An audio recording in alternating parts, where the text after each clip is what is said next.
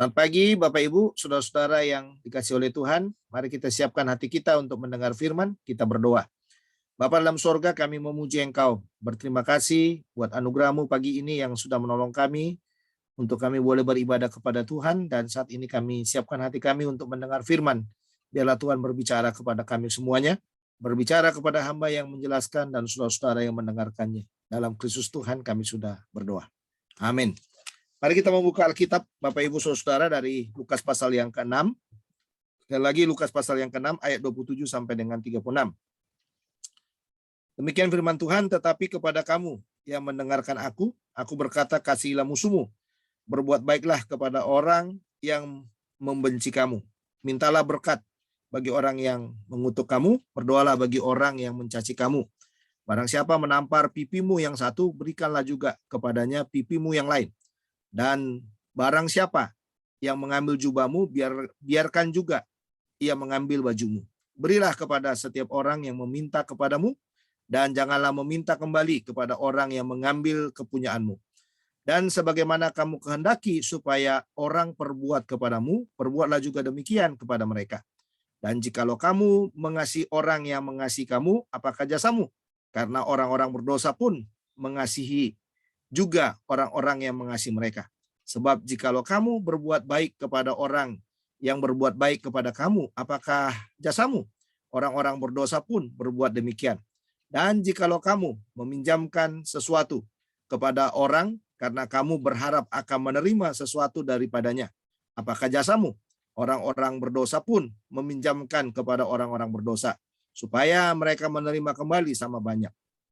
Tetapi kamu kasihlah musuhmu, dan berbuat baiklah kepada mereka dan pinjamkan dengan tidak mengharapkan balasan.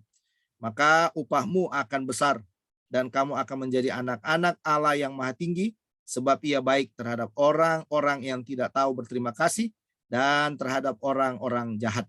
Hendaklah kamu murah hati, sama seperti Bapamu adalah murah hati. Bapak Ibu, saudara-saudara yang dikasihi oleh Tuhan, hari ini kita akan belajar satu topik firman Tuhan yang berjudul pengampunan yang memulihkan. Sekali lagi, pengampunan yang memulihkan. Bapak Ibu, saudara-saudara yang dikasihi oleh Tuhan, kalau kita berbicara tentang pengampunan yang memulihkan, kata pengampunan itu merupakan kata yang tidak asing bagi kita.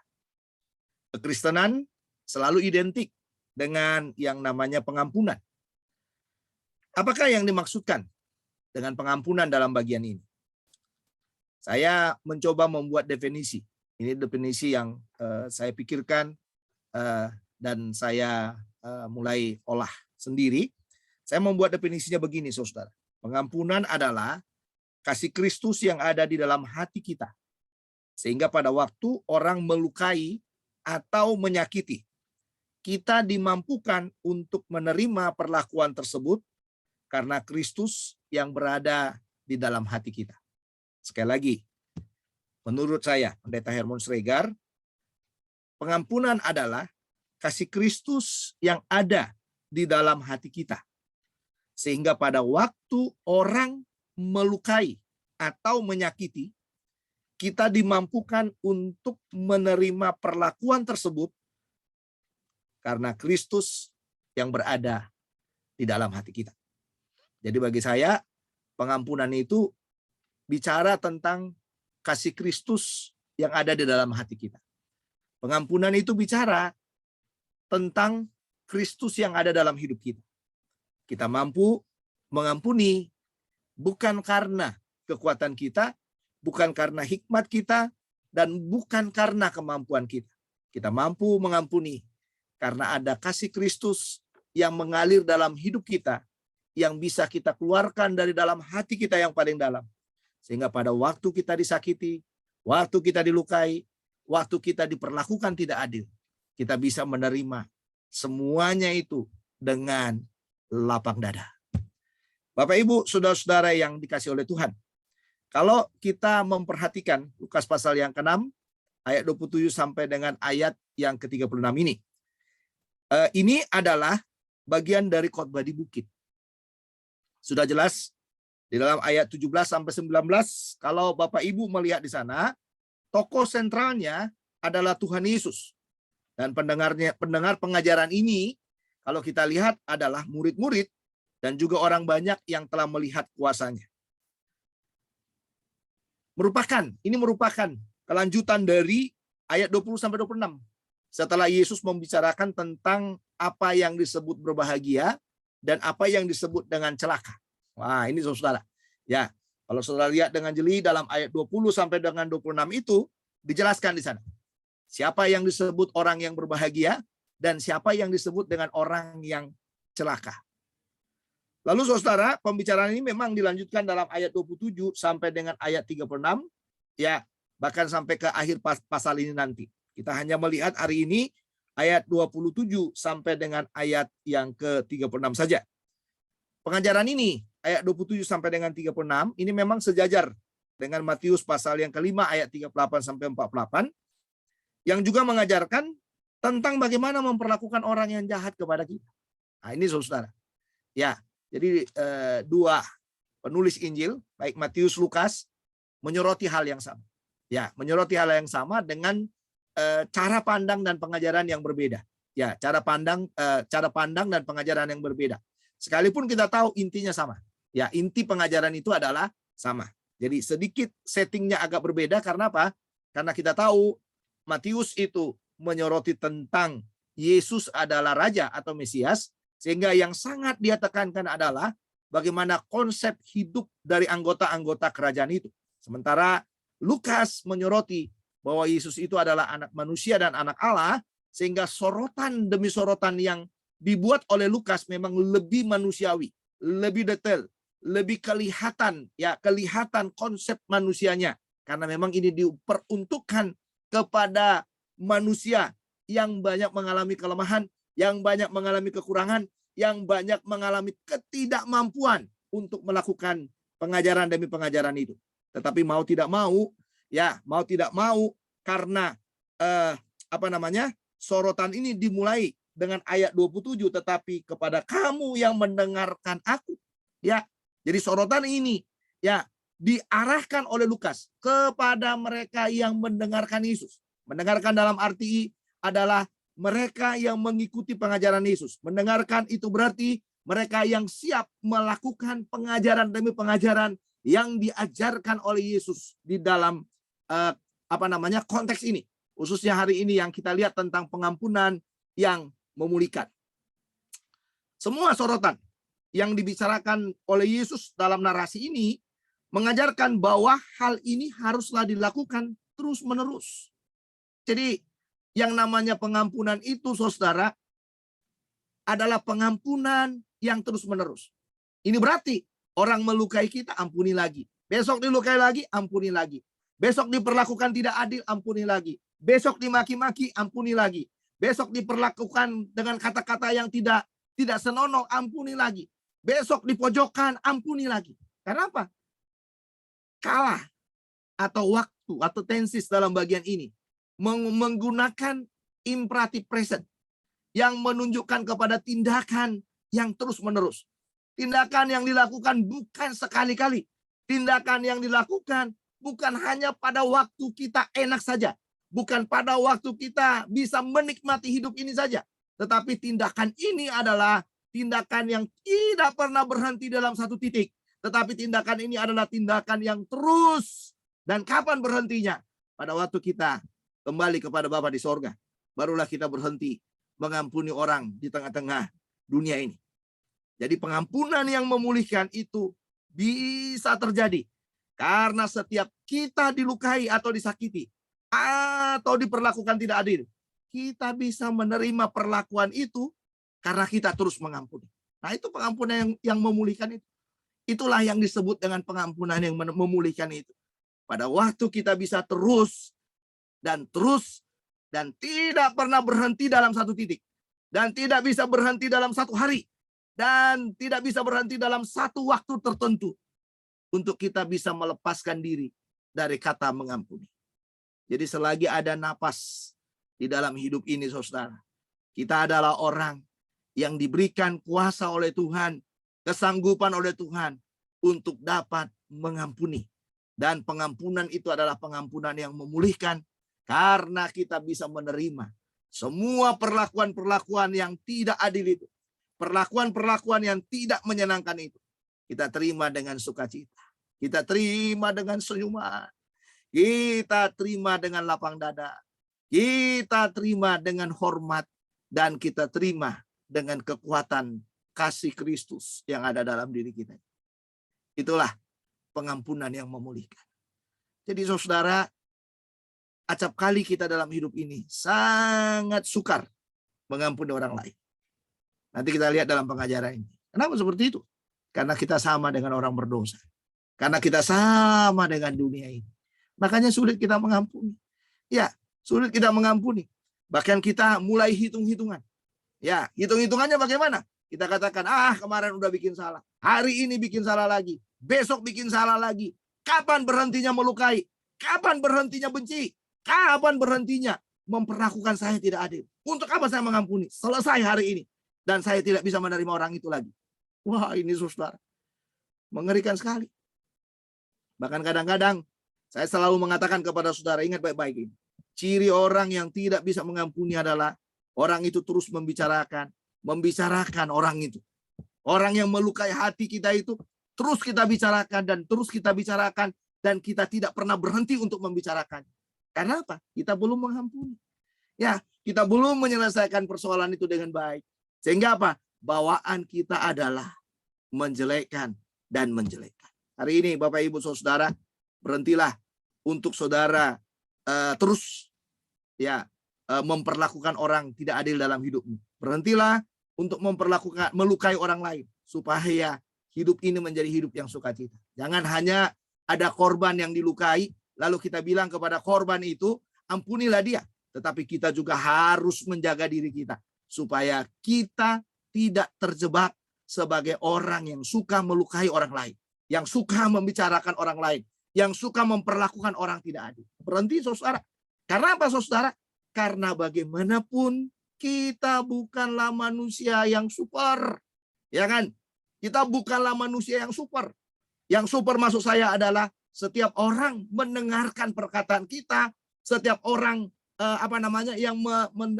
yang kita perlakukan bisa menerima begitu saja. Ya, kita bukan manusia super saudara. Makanya jagalah hatimu, jagalah mulutmu, jagalah telingamu, jagalah matamu, jagalah semuanya. Pandangan-pandangan matamu yang tidak benar kepada orang, mulut kita yang tidak benar kepada orang, berhentilah, berhentilah, berhentilah. Karena setiap kita mengeluarkan kata-kata yang tidak pantas, kita sedang memperlakukan orang tidak adil dalam hidup kita. Bapak, Ibu, Saudara, jemaat Tuhan yang Tuhan kasihi, mari belajar dalam hidup ini. Tidak melukai orang lain. Tidak memperlakukan orang lain tidak adil dalam hidup ini. Mari belajar. Kalaupun harus terluka, belajarlah mampu mengampuni dengan pengampunan yang memulihkan itu. Pengampunan yang memulihkan. Mengapa kita harus memiliki pengampunan yang memulihkan? Ada dua alasan yang diajarkan oleh Yesus dalam pengajarannya ini. Alasan yang pertama adalah karena kasih Kristus yang ada dalam hati kita. Sekali lagi, karena kasih Kristus yang ada dalam hati kita. Artinya apa? Kasih Kristus adalah kasih yang tidak bersyarat. Kasih yang terus. Kasih yang mampu menerima apapun perlakuan orang terhadap kita. Kita mampu bahkan dipulihkan karena kasih Kristus itu ada dalam hati kita. Kita mampu mengampuni dan terus mengampuni. Sekali lagi, karena kasih Kristus ada dalam hati. Sebaliknya kalau saya putar, karena kasih Kristus ada dalam hatiku, maka saya dan saudara tidak lagi melukai orang lain dan membuat orang terluka dengan perlakuan dan kata-kata kita. Itu baru namanya pemulihan. Harus adil. Jadi jangan hanya yang terluka dituntut untuk mengampuni. Kita pun yang cenderung melukai harus bertobat. Ya, kita pun yang cenderung memperlakukan orang tidak adil harus bertobat. Kita pun yang menganggap diri paling benar, paling suci, kita pun harus bertobat. Karena dalam kesucianmu, dalam keradikalanmu, dalam kata saya yang saudara katakan itu tadi, itu tidak membuat engkau menjadi orang yang paling benar di antara semuanya. Malah cenderung, saya katakan kepada saudara, orang suci, orang hebat, orang radikal, lebih banyak melukai orang lain. Saya dalam pengalaman-pengalaman yang saya lihat, orang yang mengatakan dia pendoa, dia orang yang bersekutu setiap hari kepada Tuhan, malah lebih cenderung menghakimi orang lain. Makanya hal menghakimi itu nanti ada dalam pengajaran Yesus dalam ayat yang ke-37 dan seterusnya. Itu dijelaskan bahwa orang yang menghakimi itu sebenarnya orang yang menganggap dirinya lebih dari orang lain. Tapi karena kita melukai, dan salah satu luka yang kita buat itu ya lewat penghakiman ini. Kenapa rusak persekutuan kita? Itu tadi, karena mudah mulut ini melukai orang lain. Mudah kita melepaskan kata-kata yang menyakiti orang lain. Dan kita menganggap kita paling super. Ya toh? Paling super. Paling dekat dengan Tuhan. Paling pintar. Paling ngerti segalanya dalam hidup kita. Hari ini kita melihat bahwa mengapa kita harus memiliki pengampunan yang memulihkan itu. Karena kasih Kristus yang ada dalam hati kita. Perhatikan ayat 27 sampai 31. Di sana dijelaskan kepada kita bahwa kasih Kristus itulah yang mampu memulihkan kita. Dalam ayat 27 dikatakan, tetapi kepadamu yang mendengarkan aku berkata, kasihilah musuhmu, berbuat baiklah kepada orang-orang yang membenci kamu. Kasih Kristus dalam ayat 27 ini menolong kita untuk dapat mengasihi musuh kita. Kasih dia. Itu namanya memulihkan. Jangan simpan dendam. Ya, itu namanya yang memulihkan. Tapi kalau saudara hitung 1 kali ya, 2 kali ya, lalu 3 kali. Lalu saudara bilang stop. Sudah tidak ada lagi. Itu salah. Karena ayat ini bilang apa saudara? Ayat ini bilang di dalam bagian itu. Ya, dalam ayat 27 tadi dikatakan, aku berkata, kasihilah musuhmu, berbuat baiklah kepada orang yang membenci kamu. Kasihi, berbuat baik. Berarti tidak ada dasar bagi kita untuk apa? Untuk membenci. Itulah kasih atau pengampunan yang memulihkan itu. Karena ada kasih Kristus yang ada dalam diri kita. Makanya dikatakan kasih Kristus itu menolong kita untuk memberkati dan berdoa bagi orang yang membenci kita. Dalam ayat 28 dikatakan, mintalah berkat bagi orang yang mengutuk kamu. Berdoalah bagi orang yang mencaci kamu. Mintalah berkat. Amin Bapak Ibu. Mintalah berkat kepada orang yang dikatakan bagaimana saudara? Yang mengutuk kamu. Itu kata-kata kutuk ngeri loh. Ya kan? Kata-kata kutuk ngeri. Tapi Tuhan katakan, kalau kita dikutuki oleh orang, asal posisimu benar. Ingat baik-baik ya. Asal posisimu benar.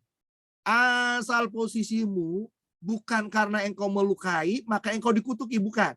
Ya, posisimu itu benar. Posisimu itu tidak salah. Posisimu itu tidak memperlakukan sesuatu kepada orang lain. Kalau engkau dikutuki katanya, mintalah berkat buat mereka. Dan berdoalah bagi orang yang membenci kamu. Ini penting saudara. Kita sangat sukar toh mendoakan musuh kita. Kita sangat sukar mendoakan orang yang membenci kepada kita. Tapi hari ini firman Tuhan menjelaskan kepada kita. Kita harus memberkati mereka dan berdoa bagi mereka. Ya Bapak Ibu. Ya, kita harus berdoa. Jangan pernah berhenti berdoa untuk mereka. Lalu yang berikutnya dikatakan, kasih Kristus menolong kita untuk menerima perlakuan jahat orang lain. Itu dalam ayat 29-30. Dasarnya dikatakan adalah memberi yang terbaik bagi orang yang jahat kepada kita. Ayat 29, barang siapa menampar pipimu yang satu, berikanlah juga kepadanya pipimu yang lain. Ya kan? Matius bilang, kalau engkau dilempar pakai batu, lempar pakai pisang. Ya, seperti itu Bapak Ibu. Jadi, kalau ada orang yang memperlakukan kita jahat, marilah kita menerima perlakuan itu. Dengan apa saudara? Memberi yang terbaik kepada orang yang jahat. Makanya kalau dikatakan, kalau ada yang minta jubahmu, kasih bajumu. Ya kan? Itu penting saudara. Karena memang sangat sukar. Manalah mungkin kita bisa memberi kepada orang yang membenci kita. Manalah mungkin kita bisa memberkati orang yang membenci kita. Tapi Yesus mengajarkan hal yang terbaik. Dan hari ini kita dituntut untuk memperlakukan hal yang benar-benar dari kasih Kristus yang ada dalam hati kita. Inilah kasih Kristus. Yesus mati di salib bukan untuk orang-orang benar, bukan untuk orang-orang suci, tapi Yesus mati di salib untuk orang-orang yang jahat, untuk orang-orang yang membenci Dia, untuk orang-orang yang tidak menerima Dia. Bapak Ibu, saudara, biarlah kasih Kristus yang ada dalam hati kita itu terus bergema dan terus memberkati orang-orang yang lain. Mengapa kita harus memiliki pengampunan yang memulihkan? Yang pertama tadi karena kasih Kristus yang ada dalam hati kita. Dan yang kedua adalah karena kita dituntut berbeda dengan dunia. Artinya apa? Apa yang bisa dilakukan oleh dunia tentang pengampunan, seharusnya kita mampu melakukan lebih daripada itu. Sekali lagi, apa yang bisa dilakukan oleh dunia tentang pengampunan, seharusnya kita mampu melakukan lebih daripada itu. Itulah kasih yang memulihkan. Makanya dalam ayat 31 dikatakan begini. Dan sebagaimana kamu kehendaki supaya orang perbuat padamu, perbuatlah juga demikian kepada mereka. Ya, perbuat juga lah demikian kepada mereka. Kecuali kalau orang jahat kepada saudara, jangan jahatin dia. Tapi taburlah yang baik. Nah, ini peralihan untuk membicarakan ayat 32 sampai 35 yang nanti puncaknya ada dalam ayat 36. Ya, ayat 36 berkata begini. Hendaklah kamu murah hati sama seperti Bapamu adalah murah hati. Jadi kita dituntut berbeda dengan dunia. Itu maksudnya apa, saudara? Dunia itu nggak murah hati. Dunia itu selalu membalas orang sesuai dengan apa yang dibuat orang kepada kita. Tapi Bapa di sorga itu murah hati. Kita jahat, dia tetap baik. Coba dunia ini jahat, tapi dia beri matahari. Orang itu jahat, dia beri pekerjaan. Orang itu nggak percaya kepada Yesus, menghujat Yesus, dia berkati. Itu namanya murah hati, saudara.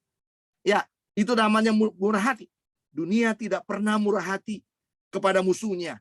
Tetapi kita harus murah hati kepada orang yang membenci kita karena Bapa kita murah hati. Makanya di ayat 32, 33, 34, Tuhan meruntut di sana. Kita tidak berbeda dengan dunia. Atau dikatakan orang berdosa dalam konteks Yesus, tapi saya mengatakan dunia. Kita tidak berbeda dengan dunia kalau kita hanya mampu mengasihi orang yang mengasihi kita. Itu udah biasa. Ya enggak? Searisan, ya sama-sama membela. Ya kan? Satu geng, sama-sama membela. Ya, contohnya seperti itu, saudara. Kenapa? Itu tadi dibilang, kita tidak berbeda dengan dunia kalau kita hanya mampu mengasihi orang yang mengasihi kita. Lalu ayat 33, kita tidak berbeda dengan dunia kalau kita hanya berbuat baik kepada orang yang berbuat baik kepada kita. Ya enggak? Itu dunia biasa. Ya. Istilah Inggris bilang take and give. Jadi apa yang kamu tabur itu yang kamu tuai. Kamu berbuat baik ya saya berbuat baik. Kamu jahat ya saya jahat. Nah, lalu ayat 34 bilang lagi apa? Kita tidak berbeda dengan dunia kalau kita hanya mampu meminjamkan sesuatu kepada orang lain. Karena apa? Karena kita berharap kita juga akan dipinjamkan. Ya kan? Tak utangi dia supaya besok kalau aku susah diutangin. Tak bantu usahanya yang bangkrut. Nanti kalau besok usahaku bangkrut, maka aku akan ditolong. Ya, tak bantu dia. Nanti kalau saya susah, saya pasti dibantu. Saudara, itu persepsi yang salah. Persepsi yang tidak menarik. Makanya dikunci oleh Yesus. Kita berbeda dengan dunia katanya. Ya, kita berbeda dengan dunia. Dalam ayat 35 Tuhan Yesus mengunci dengan kata, tetapi kamu kasihilah musuhmu, berbuat baiklah kepada mereka, dan pinjamkan dengan tidak mengharapkan balasan. Nah ini dia. Tadi kan kalau dunia melakukan hal yang sama. Ya dia mengasihi karena mengasihi, dia berbuat baik karena berbuat baik, dia meminjamkan karena ada sesuatu yang diharapkan dari orang itu. Tapi Yesus mengajarkan, kasihilah musuhmu, berbuat baiklah kepada mereka, pinjamkan dengan tidak mengharapkan balasan. Nah ini dia. Maka upahmu akan besar dan kamu akan menjadi anak-anak Allah yang maha tinggi. Kalau kita bisa melakukan, dikatakan upahmu menjadi besar. Kalau engkau bisa berbeda dengan dunia, maka upahmu akan menjadi besar. Kalau engkau bisa, saudara, memperlakukan hal yang terbalik, maka upahmu akan menjadi besar, kamu akan menjadi anak-anak Allah yang maha tinggi, dikatakan di sana. Sebab ia baik terhadap orang yang tidak tahu berterima kasih dan terhadap orang yang jahat. Dan kita juga harus melakukan hal yang sama. Kau harus baik terhadap orang-orang yang tidak tahu berterima kasih dan terhadap orang-orang yang jahat. Gampang bukan? Tinggal hati kita. Ya, Bapak Ibu Saudara, pengampunan yang memulihkan. Mengapa kita harus memiliki pengampunan yang memulihkan? Yang pertama karena kasih Kristus yang ada dalam hati kita. Yang kedua karena kita dituntut berbeda dengan dunia. Mari berdoa. Bapa dalam surga, terima kasih buat firman-Mu meteraikan dalam hati kami. Biarlah kami memiliki pengampunan yang memulihkan itu. Dan kami tinggal di dalamnya. Dan terus dan tidak pernah berhenti. Lepaskan pengampunan kepada siapapun. Dan kami juga berhenti untuk melukai orang-orang yang ada di sekitar kami. Tolong kami Tuhan, kami terbatas. Tapi ada Roh Kudus yang tidak terbatas yang mengajari kami. Berkati jemaat-Mu dan tolonglah dalam setiap pergumulan yang ada. Tolong kami lepas dari pandemi yang ada. Supaya kami boleh beribadah lagi secara onsite. Tuhan tolong kami. Berkati semua jemaat-jemaat-Mu dimanapun mereka berada. Biarlah Tuhan memberkati mereka dengan kuasa yang bersumber daripada-Mu. Terima kasih Tuhan Yesus. Buat semua kebaikan demi kebaikan. Dalam Kristus Tuhan kami sudah berdoa. Amin. Selamat pagi. Sampai ketemu minggu yang akan datang. Shalom.